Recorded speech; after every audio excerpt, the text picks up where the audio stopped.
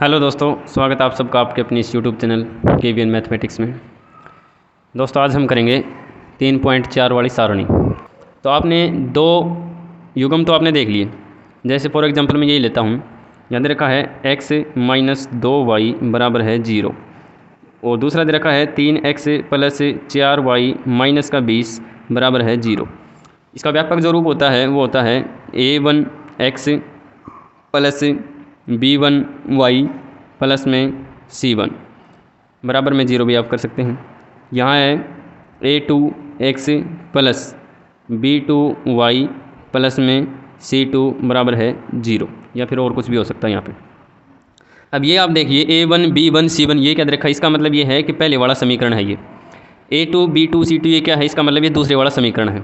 और a1 इसका मतलब ये है कि x का गुणांक क्या है, तो यहाँ पे x का गुणांक है 1, तो यहाँ a1 की जो वैल्यू है वो है 1। तो मैं यहीं पे लिख रहा हूँ जो a1 की जो वैल्यू है वो कितनी है, 1 है। यहाँ पे करेंगे b1 क्या है, y का गुणांक, तो y का गुणांक कितना है -2, तो जो b1 है उसका मान कितना हो जाएगा -2। c1 का मान कितना दे रखा है यहाँ पे, c1 तो यहाँ पे दे ही नहीं रखा, तो इसका मतलब c1 का जो मान है वो है 0, बराबर में है वो भी 0। तो हमने सिर्फ इतना ही देखना है a1 b1 और c1। दूसरे समीकरण में हम देखेंगे तो a2 का मान कितना दे रखा है 3, यानी कि x का गुणांक, तो x का गुणांक कितना है 3, तो यहाँ हम लिखेंगे a2 का मान कितना है 3। b2 का मान देखेंगे तो 4, तो b2 का मान देखेंगे तो 4 और c2 का मान देखेंगे तो -20, तो c2 का मान कितना है -20। अब यहाँ देखो, यहाँ जो दे रखे हैं a1/a2 b1/b2 c1/c2, अगर इसके बटे में ये करते हैं हम, जैसे 1/3 -2/4 और 0/-20। अगर हम ये वाले देखें भिन्न बना के, देखने वाली बात यह है कि अगर a1 और a2 b1 और b2 बराबर नहीं है, यानी कि 1/3 और -2/4 ये बराबर नहीं है, तो इसका जो ग्राफीय निरूपण होगा, ग्राफ कैसा बनेगा, प्रतिच्छेदी रेखाएं होंगी। जैसे हम समीकरण बना चुके हैं पहले वाली एक्सरसाइज में हम समीकरण बना के देख चुके हैं और इसका ग्राफ भी बना चुके हैं। जो इसकी लाइन बनेगी वो कैसी बनेगी, मान लो इस तरह की बनेगी। दूसरी लाइन कैसी बनेगी, इस तरह की। कहने का मतलब ये है कि दोनों लाइनें एक दूसरे को प्रतिच्छेद करेंगी, तो इसका ग्राफीय निरूपण तो बन गया ऐसा। अब इसका बीजगणितीय निरूपण कैसा होगा, यानी कि x और y के मान कैसे होंगे, इसमें आएगा केवल एक हल। इसका मतलब सिर्फ एक ही संख्या ऐसी बनेगी जो x की वैल्यू होगी और y की वैल्यू होगी, दोनों की x और y की वैल्यू एक एक बनेगी। तो ये था बीजगणितीय निरूपण, किस में, इस तरह का समीकरण बने तब। अब हमने देखना है दूसरी तरह के किन किन प्रकार से समीकरण बन सकते हैं।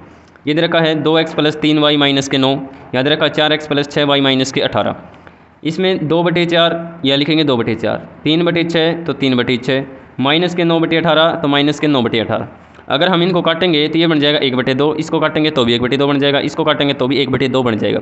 इसका मतलब a1 a2 b1 b2 c1 c2 क्या हैं, बराबर हैं तीनों। तो ये कैसे बनेगी, इसका ग्राफ कैसा बनेगा, समपाती रेखाएं। समपाती रेखाएं कैसी होती हैं, जैसे मान लो एक समीकरण का हल बन गया ये वाली एक लाइन, तो दूसरी जो समीकरण होगा उसका भी ग्राफ कैसा बनेगा, इसी के ऊपर बनेगी एक और लाइन, बिल्कुल इसके ऊपर। तो जो उसका ग्राफ बन गया वो कैसा बनेगा, दोनों की सिर्फ एक ही लाइन बनेगी। और इसके क्या होंगे, बीजगणितीय निरूपण में देखेंगे तो इसके अनेकों हल होंगे, x और y के अनेक वैल्यू होंगी। फिर तीसरी तरह का हम समीकरण देखेंगे, ये दे रखा है x प्लस 2y माइनस के 4 बराबर 0, 2x प्लस 4y माइनस के 12 बराबर है 0। तो यहाँ हम देखेंगे तो 1/2, तो a1/a2 क्या हो गया 1/2। फिर है 2/4 2/4 माइनस के 4 बटे माइनस के 12 माइनस के 4 बटे माइनस के 12। यहाँ हम इसको काटेंगे तो ये तो 1/2 है, 2 से काटेंगे तो ये भी कितना बन जाएगा 1/2। तो a1 a2 b1 b2 तो ये तो दोनों बराबर हो गए, लेकिन इसको काटेंगे तो ये बनेगा 4 एकम 4 4 तो ये 12, 1/3 बनेगा। इसका मतलब c1 c2 इसके बराबर नहीं है। जब इस तरह का समीकरण हो तो लाइन कैसी बनेगी, समांतर लाइन बनेगी। इसका मतलब ग्राफ कैसा बनेगा, समांतर लाइन वाला ग्राफ बनेगा। मान लो एक का तो समीकरण एक का तो बन गया ये वाली लाइन, और तो दूसरी लाइन कैसे बनेगी, दूसरे समीकरण की लाइन बनेगी इस लाइन के बिल्कुल समांतर। इस तरह से समांतर लाइनें बनेंगी। और अगर हम इसका हल देखें तो समांतर लाइनों का कोई भी हल नहीं होता। जब x और y का मान हमने निकालना हो तो जब दोनों रेखाएं आपस में टच करें, कट करें, तो ये वाला यहाँ पे देखते हैं हम ग्राफ में कि x का मान क्या है और y का मान क्या है, वहीं इसका क्या हो जाएगा, सॉल्यूशन हो जाएगा, इसका हल हो जाएगा। इसका मतलब जो x और y हमने माना था वो x का मान ये है और y का मान ये है। कौन सा, जब दोनों लाइनें आपस में टच कर जाएँ तो ये वाला इसका हल बन जाएगा। ये थी आज की हमारी सारणी। उम्मीद करता हूँ कि आप सबको समझ में आई होगी। समझ में आई है तो भाई प्लीज़ इस वीडियो को लाइक करें, शेयर करें, कमेंट करें और इस चैनल को सब्सक्राइब ज़रूर से ज़रूर करें। धन्यवाद।